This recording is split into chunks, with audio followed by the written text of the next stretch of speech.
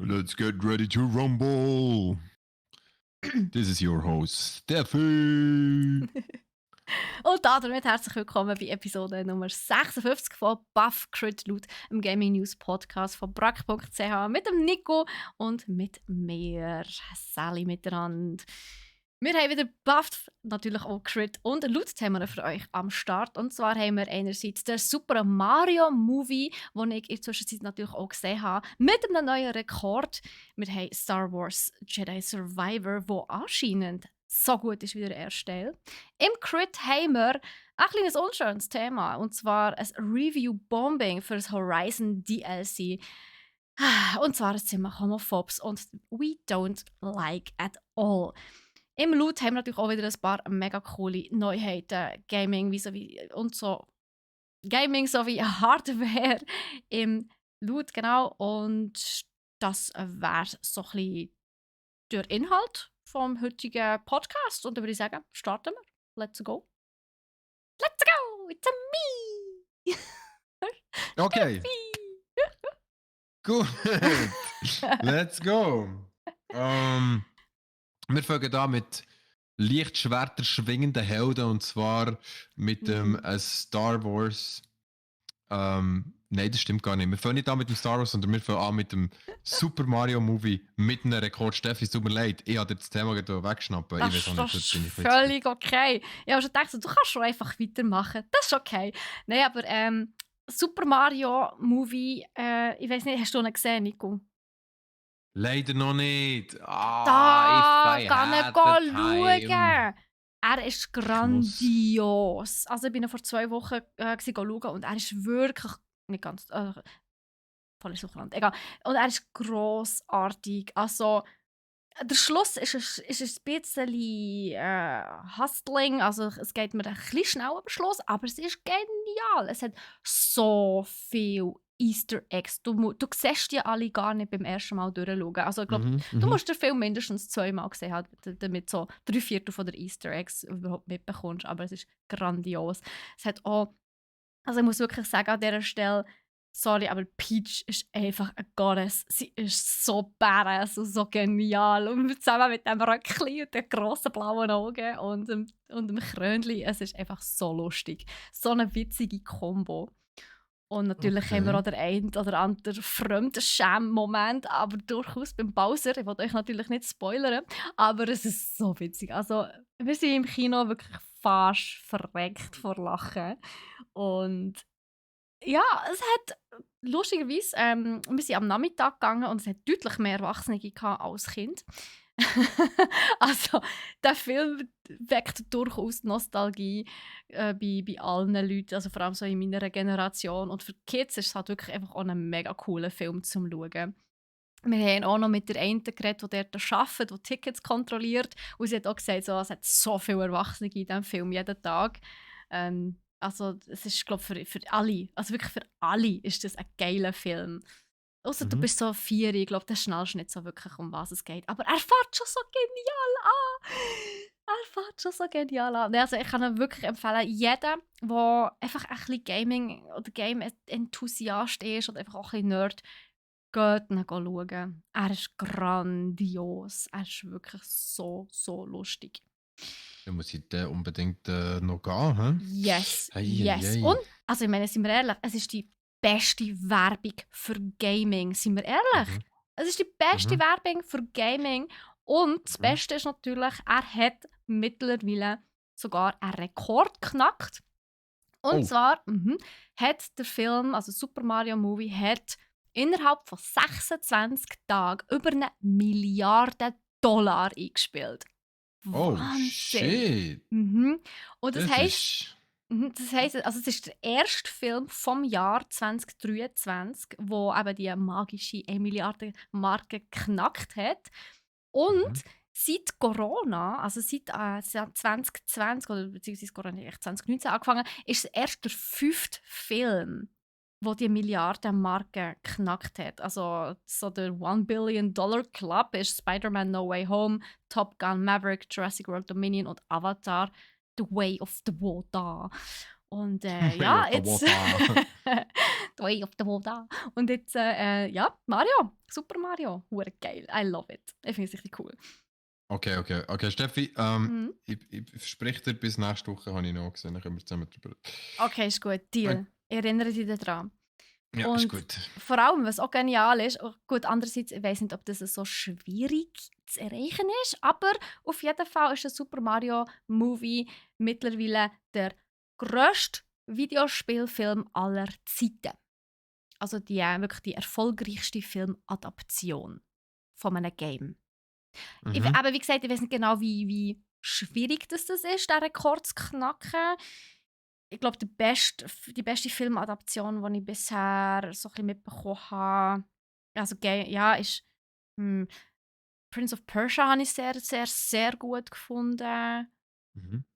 Also das ist eigentlich so ein bisschen meine Lieblingsfilmadaption von einem Game tatsächlich. Aber wenn man die Zahlen anschaut, der drittplatzierte Film ist Warcraft tatsächlich und der zweite ist Pokémon, also Meisterdetektiv Pikachu. Die zwei sind Pikachu. Das sind Pikachu. Hey, triggere mich nicht, sonst mache ich den ganzen Podcast immer Pika Pika. Oh Gott! Das ist aber gut. Warum haben sie den nicht als deutsche synchronisiert? Als müssen wir das deutsch synchronisieren. So. Ja! Genau! Pika Pika. Nein, Okay. genau, die zwei, also Warcraft und eben Pikachu, also Detektiv Pikachu, sind die zwei, also zweit- und drittplatzierten erfolgreichsten Filme mittlerweile. Und ja, aber Super Mario ist mittlerweile auf Platz 1. Und eben, bin mir so am überlegen, wie schwierig das ist. Ich glaube, also wenn ich so schaue, ich glaube, es ist nicht so wahnsinnig schwierig, weil es nicht wahnsinnig viel gibt und so wahnsinnig gut sind sie bis jetzt auch nicht gewesen. Also auch gerade wenn ich schaue bei Warcraft, also ich habe ihn gut gefunden, aber ich bin auch nicht so extrem tief in der Lore inne gewesen. Wie so Hardcore-Fans. Und die haben ihn natürlich alle scheiße gefunden, weil er halt von der Lore halt doch ein bisschen, also ja, eigentlich ziemlich gut abweicht. Von dem her, ja, ist er natürlich auch ein bisschen bashed worden. Darum hat es auch nie einen zweiten Teil gegeben. Aber Leute, ist doch egal. Der Film ist, also ja, den Film gut gefunden. Wirklich, wirklich gut. Der eine oder andere Moment, der nicht unbedingt hätte müssen sein. Aber ja, das hat, glaube ich, jeder Film. Aber Super Mario mittlerweile bester Film und er ist wirklich grandios auch animiert. Es ist wirklich fabelhaft. Und ja, sind wir ehrlich, ich glaube, durch den Erfolg von diesem Super Mario-Film ist es wirklich nur noch eine Frage der Zeit, bis der nächste Teil rauskommt. Und hell yes, ich will den zweiten Teil und einen dritten und einen vierten. Von mir aus können sie eine Serie machen. Fair. Das ist so gut. Ja. Und also eben, gut, du redest nur gut davon. Ich habe auch nie etwas anderes gehört. Also auf der ganzen Linie auch einfach ein erfolgreiches Franchise jetzt, der Film. Durchaus, ja. Aber das Einzige, was mir dünkt, ist, der Schluss war mir ein bisschen zu gerusht gewesen. Aber sonst einfach wirklich einfach genial, genau. Und ja, übrigens steht auch schon fest, wenn das der DVD rauskommt, beziehungsweise der Blu-ray mit 4K. Und zwar am 22. Juni 2023. Also in ein bisschen mehr als in knapp 10 Monaten, ein bisschen weniger. Von dem her, ja, ab dann kann man ihn daheim anschauen. Und ich hoffe, dass man irgendwo noch streamen kann, weil ich habe weder DVD-Player, noch einen Blu-ray-Player, noch eine Konsole mit CD-Player, noch einen PC mit Player. Also muss er muss irgendwie noch zum Streamen irgendwo verfügbar sein. Shit, der kommt wahrscheinlich dann bei ja, wobei er könnte auf Netflix kommen. Hoffen wir es mal. Das wäre grandios. Das ist eine gute Frage. Ja. Ja, wenn er nicht zu viel kostet. Ja. Illumination, ja. Könnte eben. Ja, mal schauen. Ja, genau, so viel dazu. Also wirklich grosse Empfehlung. Er ist grandios. Oh, der Sound! Sorry, ich muss das schnell sagen. Der Sound ist so genial eingebaut. Nein, wirklich. Also hört ein bisschen auf den Sound. Das kommt euch alles so bekannt vor. Also die Level sind genial eingebunden in die Story. Also wirklich die verschiedenen Jump'n'Run-Level. Also wirklich auch die Mario Kart-Strecke grandios. Es ist so toll. Und man erkennt so viel. Und es hat auch einen guten Humor. Also wirklich. Und eben, wie die Sounds und Musik einbauen sind fantastico. Also. Okay.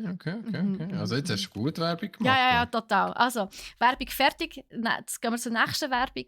Eigentlich auch ein kleiner... Was war zuerst? Filme oder Games? Ich glaube, Filme waren zuerst, ja.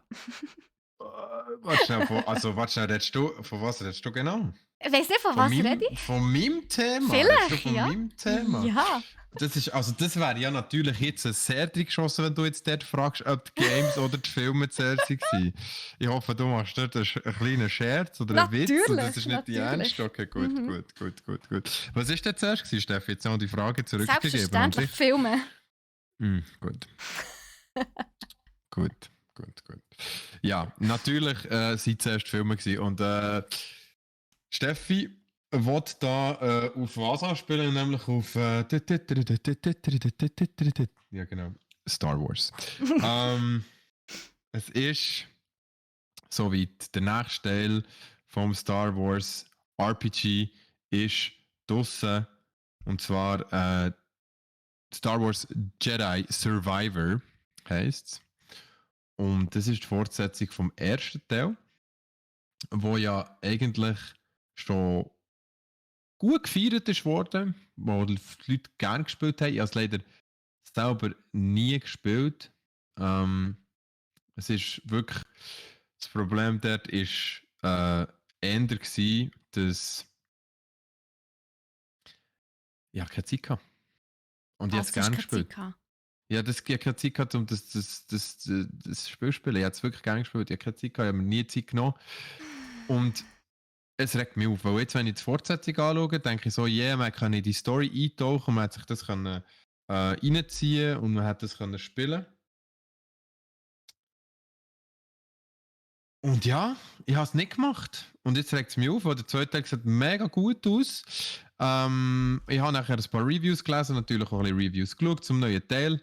Ich habe natürlich hier im Podcast auch schon darüber geredet, darum gehen wir jetzt nicht extrem darauf ein, was alles neu ist am Game. Das habe ich nämlich schon mal erzählt. Das ist, glaube ich, sogar die letzte Folge, die ich darüber geredet habe, oder die vorletzte. Ich wüsste jetzt nicht mehr genau. Auf jeden Fall ist das Game jetzt rausgekommen. Also eine Woche vor Release hat man es schon anschauen, wenn man als Redakteur arbeitet oder eben für die Games Medien. Und die haben sich das angeschaut, eine Woche vor Release, und haben das Gefühl gehabt, nein, das kann es ja nicht sein, weil es ist doch noch einiges nicht gelaufen. Es hat Frame Drops gegeben, es hat Texturen gegeben, die einfach nicht geladen haben. Also man hat teilweise sogar wirklich gewartet auf Texturen, dass sie laden. Es hat Sachen gegeben, die doch in so einem Game, wenn es rauskommt oder eine Woche vor Release, nicht dürfen passieren. Diverse Objekte, die ineinander reingeglitscht sind und Orte, die sich irgendwie schwer haben identifizieren, weil die Grafik einfach nicht nachher mögen mit laden. Das Wasser, das sehr weird animiert war, teilweise. Und da hat man eigentlich schon Panik schieben. Doch beim Release nachher hat das Game viel besser performt, als man gedacht hat. Und der Release, der ist ja, wie soll ich sagen, der 28. Steffi. Das ist 3 Tage, wann ist das gewesen? Das ist der...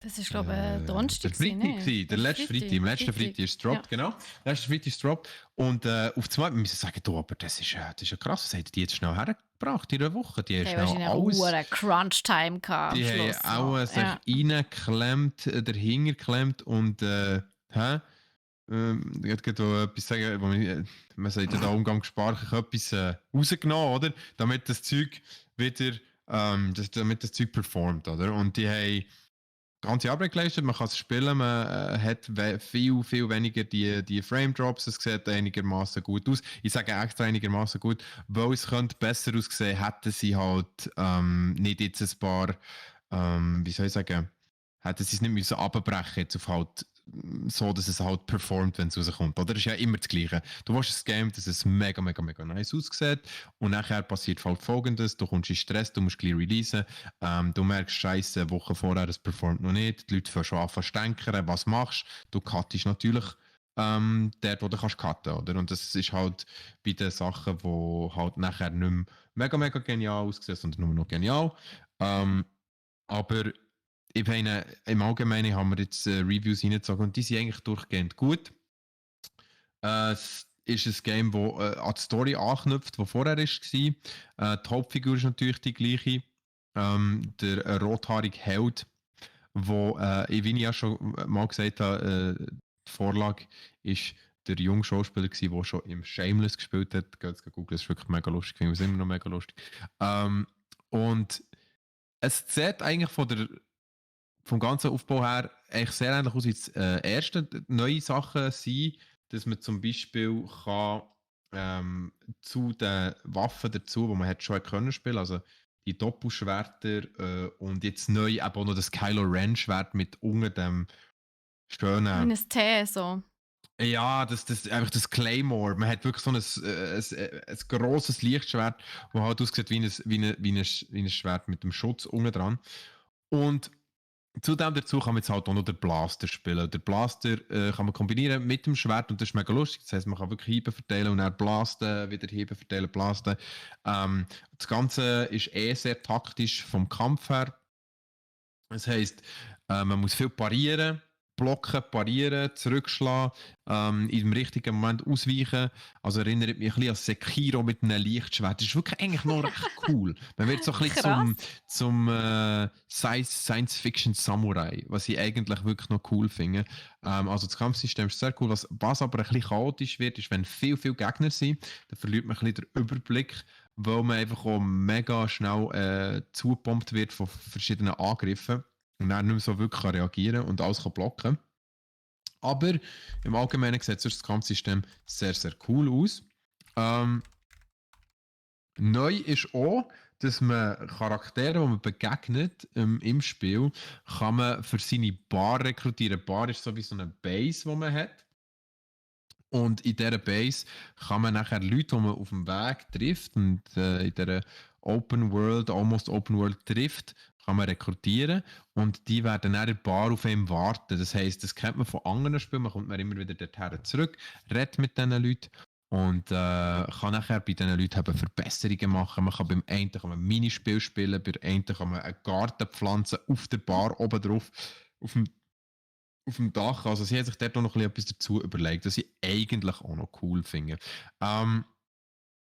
Für mich persönlich ist es ein Game, wo ich definitiv mir mal die Zeit nehmen möchte. Vor allem auch, weil Collector's Edition so cool aussieht. Und die Collector's Edition, Steffi, die kann man ja bei uns gewinnen. Was? Und zwar an der Fantasy. Ja. Was? Ja. Und Was? zwar an der Erzähl mir mehr. Fantasy. An der Fantasy werden wir die Collector's Edition, und zwar, so viel mir ist, 2 Stück. 1 Stück. Wissen wir noch nicht genau, aber sicher 1 Stück werden wir verlosen über Twitch. Das heisst, wir werden an Fantasy wieder streamen. Ich werde vor Ort sein, Steffi wird vor Ort sein, also eure Gaming-Ansprechpersonen werden in Person dort stehen. Ich werde lustig am Glücksrad drehen und Steffi wird lustig im Bildschirm stehen und zocken. Und währenddem Steffi dort lustig am Zocken ist, also wirklich lustig mit Yippie, Juhura und Juhe, wo sie umschreit, währenddem sie spielt, werden wir eine Collector's Edition verlosen. Und irgendjemand von euch Glücklichen kann dort mitmachen und die gewinnen. So viel kann ich schon mal sagen. Die andere nehme ich dann vielleicht gleich für mich mit. Deine Träume! Vergiss es, Nico. Never. Ja, es ist halt schon so ein bisschen cool. Eben an der Fantasy Basel vom 18. bis am 20. Mai, das ist schon bald, die grosse Comic-Con in Basel. Oder ist es noch Comic-Con? Wie kann man jetzt sagen? Die grosse Messe für... Es ist Gaming, Film, Comic-Messe, eigentlich, wenn du so willst, ja. Messe für Popkultur. Ja. Genau. Ja, da muss ich auch an Zürich Popcorn denken, weißt du. Ah, stimmt. Nicht verwechseln, bitte. Aber eigentlich, also es ist ja basically das Gleiche, einfach Zürich Popcorn ist die Mini-Version von Fantasy Basel und findet halt in Zürich statt und nicht in Basel. In Bosel. Also, auf jeden Fall in Bosel sind wir Dann ist das Gewinnspiel und es ist möglich, dort Collector's Edition von diesem Game zu gewinnen. Ich kann euch nur raten, macht mit. Ihr könnt natürlich auch mitmachen, wenn ihr nicht vor Ort seid. Wir geben allen die Möglichkeit, dort mitzumachen und wir streamen ja auch extra von dort, damit die nicht Yes. dort sein können, auch sehen, wie es aussieht und Exakt. wie es läuft.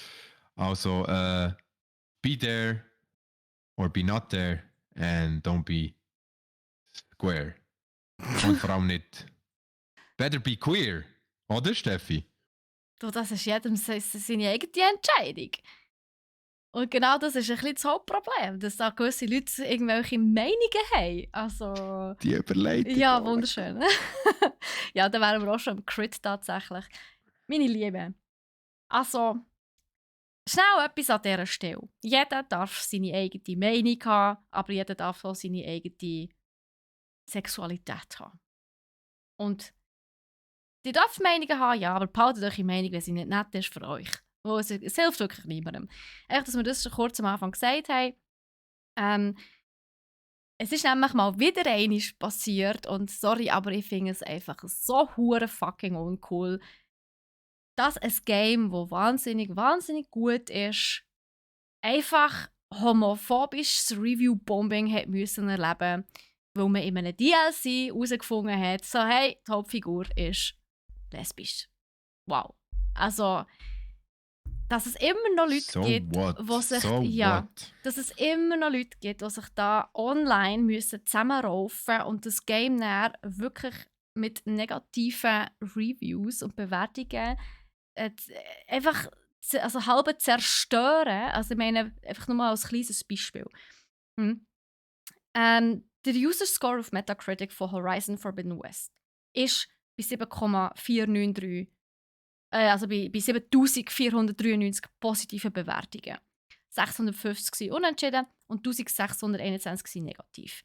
Das gibt einen Totalpunktwert von 8,0. Also 8. Also eigentlich eine sehr gute Bewertung für ein Game.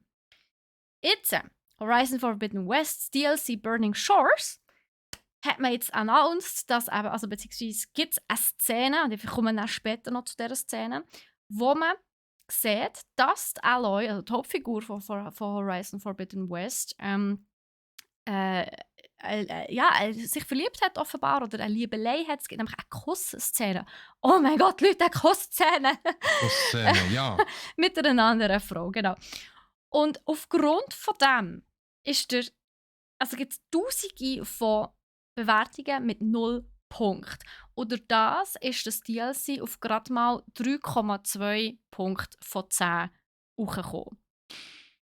Und wenn man ein bisschen genauer drauf schaut, auf die 0-Punkte-Bewertungen, dann ist das alles von User, also wahrscheinlich sogar von Bots, die genau nur bei 2 oder beziehungsweise nur bei einem einzigen Game eine Bewertung überhaupt haben angelassen. Und zwar eben die 0-Punkte-Bewertung beim DLC Burning Shores.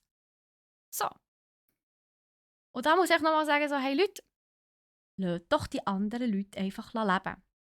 Leben und leben lassen. Erstens. Zweitens, die Kussszene ist die entsteht aus einem Dialog. Und der Dialog ist ein optionales Ende vom Game. Es ist ein optionaler Dialog. Von einem optionalen DLC. Niemand muss sich das kaufen, wenn man das nicht sehen will.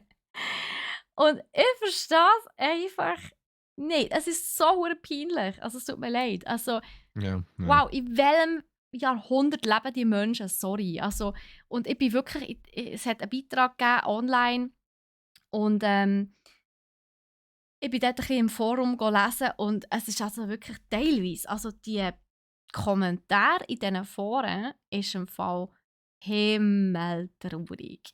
Es gibt Leute, die sich schon nur beschweren, dass sie keine Frau spielen wollen. Hey, also Entschuldigung, also schon allein das. Also Lara Croft war doch okay gewesen, oder was? Und ich will nur an dieser Stelle noch mal schnell daran erinnern, dass wir ja irgendwie vor einem Jahr oder schon mal über das Thema diskutiert haben. Das ist länger her, mittlerweile 1,5 Jahre, glaube ich. Haben wir schon mal über das Thema diskutiert, wo irgendwelche Leute gefunden haben, Aloy sieht nicht aus wie eine richtige Frau. Wow, haben nach fest, sie ist ungeschminkt. Sie haben dann, also die Dudes, haben dann mit Photoshop ein Bild von ihr erstellt, wie sie der Meinung seien, würde eine echte Frau aussehen. Und glaubt mir, so ein überschminktes Barbie-Püppli findet man gerade mal auf dem Playboy. Oder irgendwie auf einem Filter auf TikTok oder so. Horror! Also jede Frau fühlt sich da einfach wirklich, also, also ich weiß nicht, was sagen, wirklich. Also, Ich verstehe lasst dich. doch einfach die Leute selber entscheiden, also die Game-Entwickler selber entscheiden, was sie in ihre Games einbauen wollen. Und wenn es euch nicht passt, dann spielt es halt nicht. So einfach ist es. Und was noch viel peinlicher ist, in der ganzen Reihe hat es immer mal wieder Charaktere gegeben. Aus dem LGBTQAI+. Immer wieder. Elizabeth Sobek, Tilda van der Meer, Bragel, Geneva und Petra, die mega mit der Aloy geflirtet hat. Also, es ist nicht einmal das erste Mal in dieser Gaming-Serie, wo das Thema irgendwie angeschnitten wird. Also, was wird denn da echt jetzt da so dumm da? Also, ich verstehe es einfach nicht. Man hat es ja schon gesehen bei The Last of Us. Nicht nur beim Spiel, sondern auch bei der Serie. Also, die homophoben Leute, die rotten sich da, die kommen aus allen ihren Löchern gekrochen und reden dann von Sachen wie Gay-Propaganda. Oder irgendwie, ich habe einen ganz schönen, also wirklich brechreizerweckenden Kommentar gefunden. Und zwar, es sei eben irgendetwas von that homosexuals were putting forward a dirty agenda that sabotaged what could have been a beautiful story. Also ist die Story nicht mehr schön, einfach weil es eine andere Frau ist? Oder was? Das Game ändert sich an dem ja nicht. Die Story, die Gameplay, die Game-Mechaniken ändern sich ja nicht. Also, und dann ist noch gestanden, nearly all of the reviews with a 0 score complained that they shouldn't be forced to see gay women exist in the world of Horizon. Also, sorry, also ich bin sprachlos und ich möchte an dieser Stelle einfach nochmal schnell loswerden. Leute, behaltet eure Meinung, wenn ihr so eine Meinung habt. Für euch interessiert niemand. Geht in eure Man-Cave, vergrabt nach bitte und habt einfach eure Fresse. Sorry. Also wirklich. Wir leben hier in einem Jahr, in einer Zeit und vor allem in einer Gesellschaft, die doch so open-minded ist wie noch selten. Und ich finde, im Gaming sollte man das auch behalten. True that word. Vielleicht noch schnell zu dem Thema. Ich mache jetzt nur mal hier die ausholende Bewegung und würde sogar behaupten, wäre es ein männlicher Hauptcharakter und würde die gleiche Szene passieren. Auch mit einem Mann oder mit einer Frau? Ja, mit dem Mann. Das wäre im Fall noch schlimmer, Wäre trust der me. Aufschrei noch Ja. schlimmer, nicht? Ja, doch, das wäre noch schlimmer. Sind wir ehrlich, ich meine, welches P-Format, du wirst es, ich meine, funktioniert besser mit 2 Frauen oder mit 2 Männern? Ja, natürlich. Und das ist dann auch der Punkt, wo ich sage, ich meine, was ich mir dann so überlegt habe, alle die narrow-minded people haben doch meistens, also sind doch meistens eigentlich recht gegen halt, eben, wie soll ich sagen, Gay-Couple, wenn es Männer sind, aber wenn es Frauen sind, finden sie es dann wieder mega okay. So. Weil sie Ja, finden, ja, ist ja irgendwie heiß, also, oder? von dieser Zwiespältigkeit wollen wir wirklich gar nicht erst anfangen. Also, Aber ja. Nein. Ich finde es sehr kontrovers, dort zu sagen, es muss eine normale Das Liebesstory heisst sein. schon normal.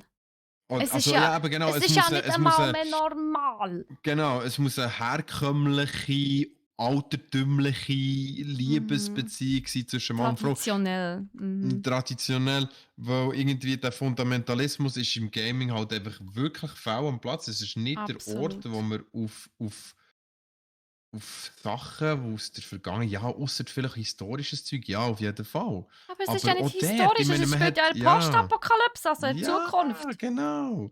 Also, dort muss ich einfach sagen, jede Freiheit ist gegeben und soll auch gegeben sein und es ist das Mm. Normalste von der Welt,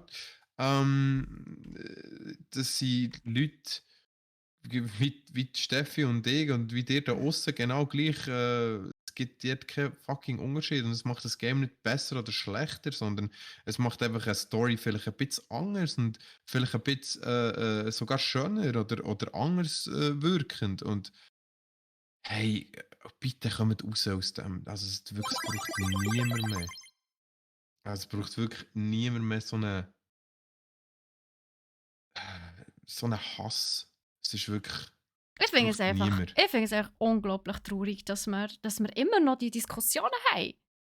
Im Jahr 2023. Ja, nein, also ich Also, führe sie nicht mehr. Ich führe sie nicht mehr, die Diskussionen. Ich finde nein, einfach, hey, look, entweder du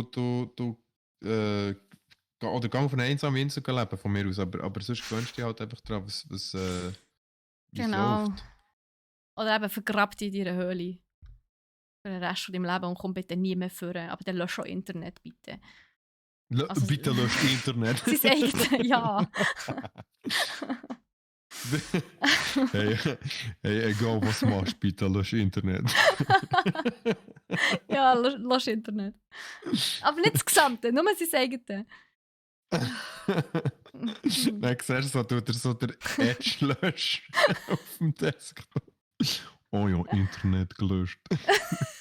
Das wäre auch schon okay. Ah, ja, ja.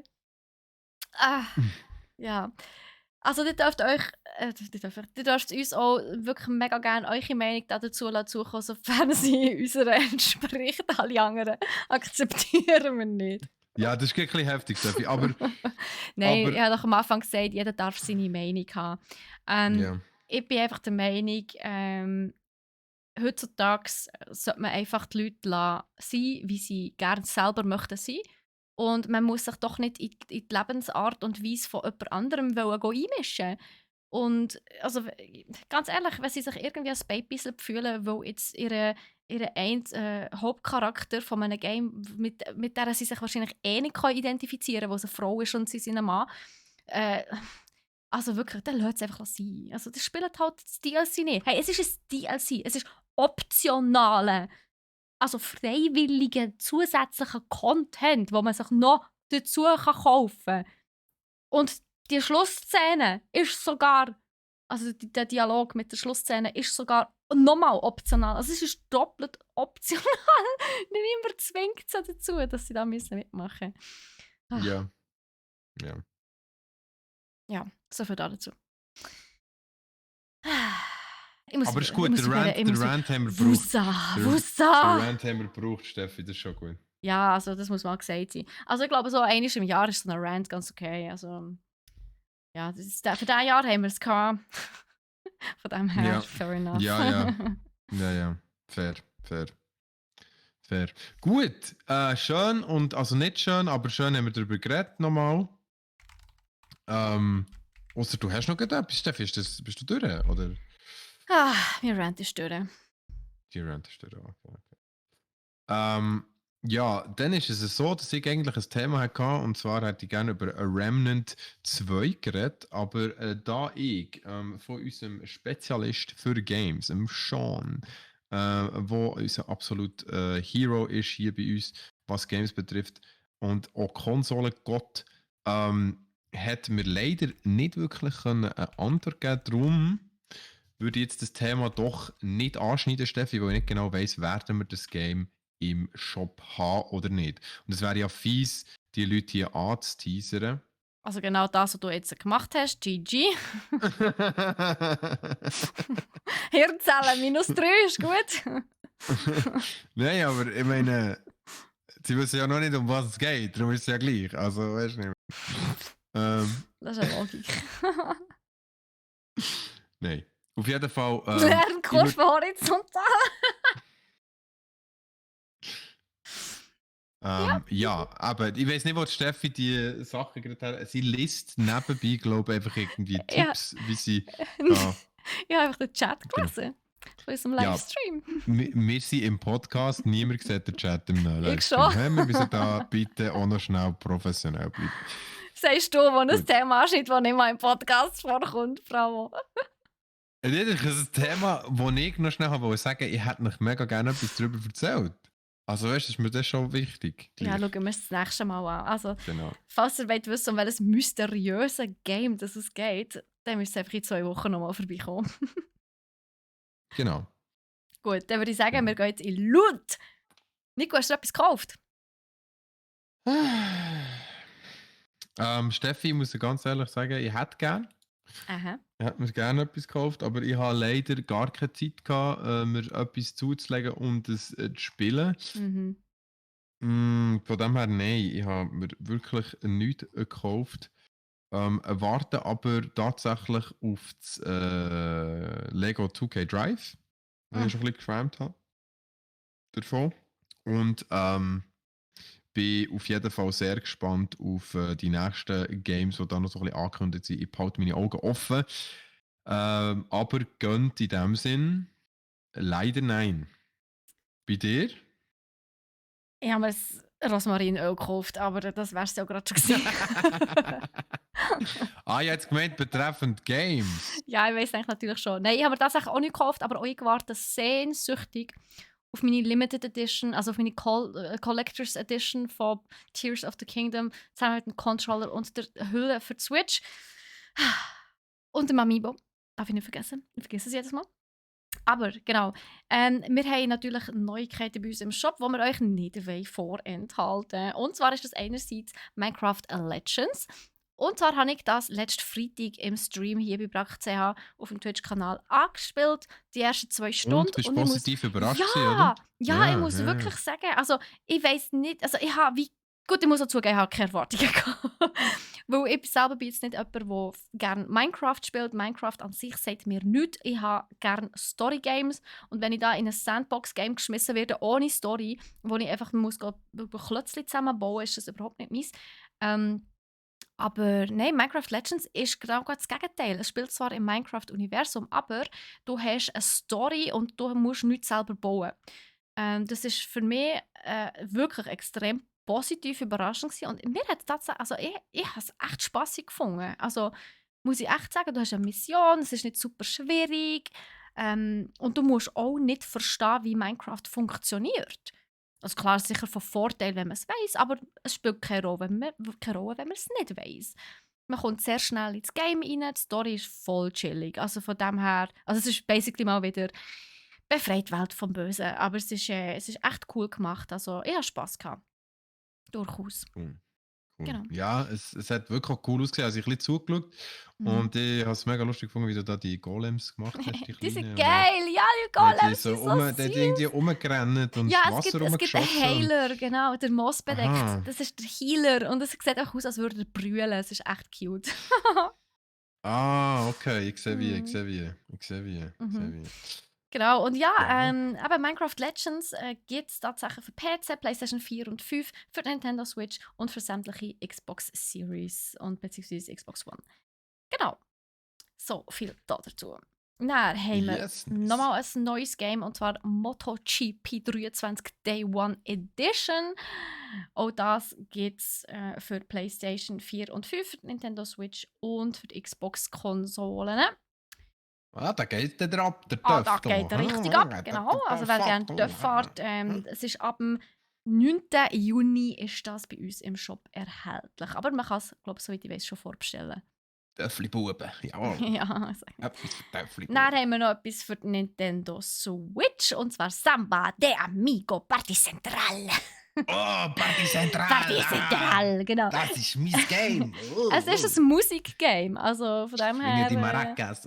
Ja, ich finde, es könnte echt lustig sein. Also man kann ein bisschen mittanzen, es funktioniert auch mit der Joy-Con-Steuerung, also nicht mit den Buttons, sondern wirklich mit der Steuerung der Joy-Cons, also mit dem Umgefuchteln, wenn man es böse sozusagen. Genau. Steffi spielt es am Freitag mit... Das bezweifle ich. Das hat die 40 grössten Hits aus den beliebtesten Musikgenres. Und nein, also ich kann mir vorstellen, es ist ein bisschen wie Just Dance, aber halt einfach von Sega. Yes. Okay. Aber und natürlich angelehnt auf Latino-Musik, oder? Natürlich Samba! Ich meine, Samba de Amiga, Party Central! Wie geht's eigentlich? Cool. Samba, wer kennt den? Ich finde es mega gut. Ja, genau. Kennt der ist muy locker. Ja, genau. Fast, aber ich weiß genau, was du meinst. Ja. Genau, und dann haben wir noch Monster Menu Scavengers Cookbook. Das ist für die Switch und für die PlayStation 4 und 5.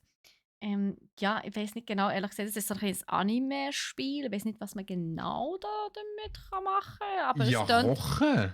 Also es ist ein Überlebensstrategie-Rollenspiel, aber es ist halt mit Scavengers Cookbook, weiß ich nicht, ob es wirklich irgendwie ums Kochen an sich geht. Nein, oder weißt du, ob es darum geht, dass man das Kochbuch muss finden, ob das irgendein magischer Gegenstand ist oder so. Kombinieren Sie Zutaten, um mächtige Gerichte zu kreieren, die ihre Kalorien wieder auffüllen, hä Steffi? Ihre Gruppenmitglieder stärken Fähigkeiten oder sogar Monster im Kampf schaden können. Hä? Dann machst du mal so einen guten Gulasch und dann schmeißt du dem Monster ins Gesicht. Das ist es nicht. Nein, das ist Instant Dead. Drop Dead. Ja. Perfekt. GG heisst nicht Good Game, sondern Good Gulasch, weißt du? Genau, ja. Gut, cool. GG hat eine andere Bedeutung. Und HF ist Haferflocken, oder was? Ich weiß nicht. Ja, mir fällt nicht besser. Haferflocken ist super. Oh Gott. Genau, und dann anschliessend haben wir noch Endless Dungeon Day One Edition. Auch wieder Day One Edition. Es gibt irgendwie viele Day One Editions momentan. Ja, du bist ja auch eine Day One Edition, oder? Natürlich, aber ich bin auch ein Original. Nein. Ich will auch nicht mit der Billig-Kopie Podcast machen. Das wollen wir nicht, nein. Und genau, aber Endless Edition, Endless Dungeon Day One Edition gibt es auf PC, PlayStation 4 und 5 und wieder für die Xbox-Konsolen. Genau. Nice. Und last but not least, wir haben mega coole neue Xbox-Controller mit in Shop bekommen. In allen möglichen Farben. Sie sind echt cool. Es gibt einen, es gibt wirklich so gelb, grün, pink, rot, blau. Und dann gibt es einen, der so shiny, so Galaxy ist. Der ist voll schön. Und es steht Velocity Green im Titel. Ich weiß nicht warum, wo es ist eigentlich blau-violett. Aber okay. Reden wir von etwas anderem. Nein, ich bin auf dem Grünen. Darum. Okay, egal. Vergessen wir das, was ich gesagt habe. Er ist shiny. Was ist der shiny? Stellar Shift Special Edition. Was ist der shiny? Da? Ja. Shiny. Er ist schön, er ist wunderschön. I like it. Wobei die anderen sind auch echt cool mit der knalligen Farbe, muss man wirklich auch sagen. Das stimmt. Das stimmt. Die Camouflage ist eigentlich auch noch geil. Da gefällt mir jetzt weniger. Aber ich bin nicht so ein Military-Fan von dem her. Ja. Das ist nicht so Camouflage. Ja, nee, okay. Der lieber den Pinky. Der ist auch cool. Das ist mit dem Camouflage. Dann wäre es mit dem Loot, beziehungsweise mit all den coolen Sachen, die man bei uns im Shop kann bestellen kann. Und dann würde ich noch ganz kurz auf einen Ausblick kommen. Und zwar haben wir am Mittwoch im Stream Troy's Tech Talk. Leute, am 4. fängt es an, 16:00 haben wir Troy's Tech Talk. Und zwar geht es, darf ich das schon sagen? Darf ich schon sagen, um was es geht? Schon, oder? Ja, man darf sagen, um was es geht, weil es wird... Genau. Wirklich endlich jetzt, ja, es wird Finally, ja. Wir mussten ja verschieben, weil wir irgendwelche technische Störungen hatten, irgendwelche Probleme. Aber jetzt kommt endlich Troy's Tech Talk Elgato Edition. Nice. Mit dem neuen Produkt von Elgato. Ich freue mich. Das wird wieder fantastisch. Und am Freitag bin ich am Gamen, aber noch nicht Zelda. Das kommt nämlich erste Woche drauf ab. Da freue ich mich jetzt schon. Ich wollte euch nochmal ankündigen, Leute, am 12. Mai am Freitag gibt es einen Zelda-Stream. Me likey. Ja. Me likey go! Ja, genau. Dann würde ich sagen, hey, falls ihr uns ein Feedback schreiben wollt oder irgendwie einen Kommentar wollt, dann könnt ihr das mittlerweile auch direkt auf Spotify machen. Also macht das, feel free, Feedback, positive Worte oder einfach uns ein Grüßchen ausrichten. Dann dürft ihr das sehr gerne direkt auf Spotify machen. Grüßchen haben wir immer gerne. Ja, und dann sehen wir uns in 2 Wochen wieder. Ciao, amigos!